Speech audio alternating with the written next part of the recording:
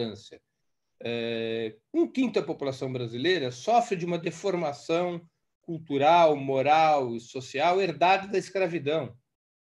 É uma fração da sociedade brasileira que foi formada no racismo, na misoginia, no ódio ao povo, no ódio à classe trabalhadora, no misticismo ultra-reacionário.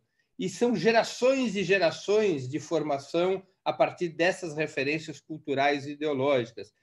É uma fração da sociedade que não tem retificação possível nas próximas 2 ou 3 gerações. Não é um fenômeno novo. Esse fenômeno existia na França do século XIX, do século XVIII, quando ocorre a Revolução Francesa, existia na Rússia do início do século XX, quando ocorre em 17 a Revolução Russa, que é um pedaço da sociedade que está estruturalmente doente, ele é imprestável, ele não pode ser melhorado, ele tem que ser submetido a uma pressão brutal, muitas vezes uma pressão a partir da violência do Estado. Ou seja, só foi possível a Revolução Francesa consolidar suas realizações porque ela impôs contra essa fração o terror de Estado.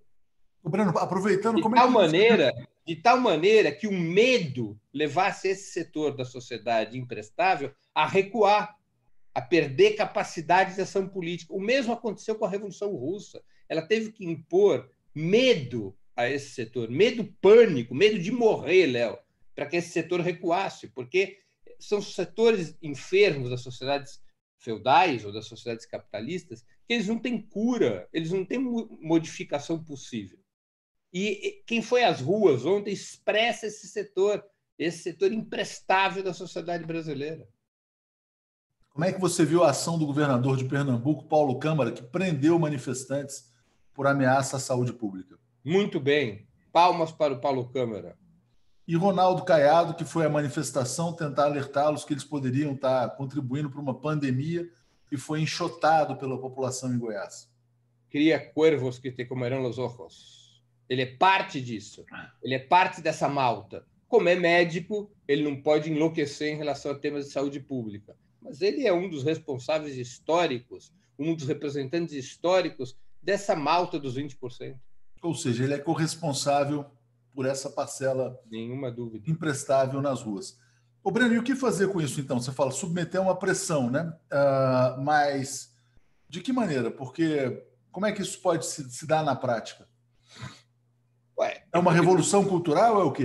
Não, primeiro, é evidente assim, que as forças de esquerda têm que reavaliar o período histórico que nós estamos vivendo.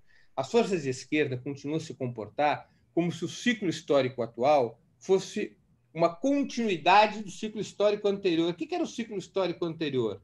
Expansão das democracias liberais e, portanto, expansão das possibilidades de, pela via institucional, no embate político tradicional, conquistar maiores direitos para a classe trabalhadora. Esse ciclo se encerrou.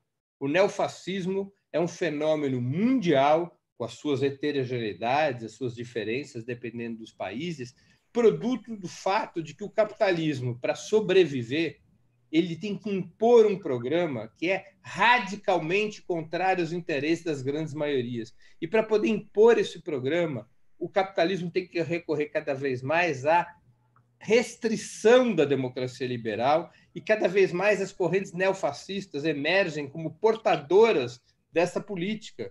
É nesse contexto que a gente pode compreender a ascensão do bolsonarismo.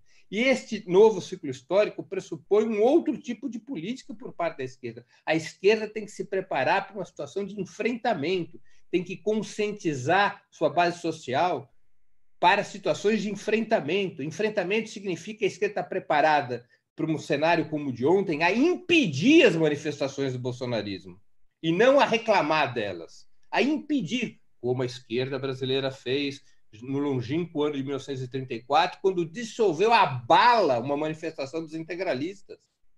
Botou para correr os galinhas verdes, exerceu a violência defensiva e impediu os fascistas de ocuparem a Praça da Sé. É outro ciclo histórico, ou as forças de esquerda se organizam para construir uma força social de combate, ou não estarão entendendo o que está acontecendo nesse ciclo histórico. Muito bom, Breno. Deixa eu trazer aqui, isso está cada vez mais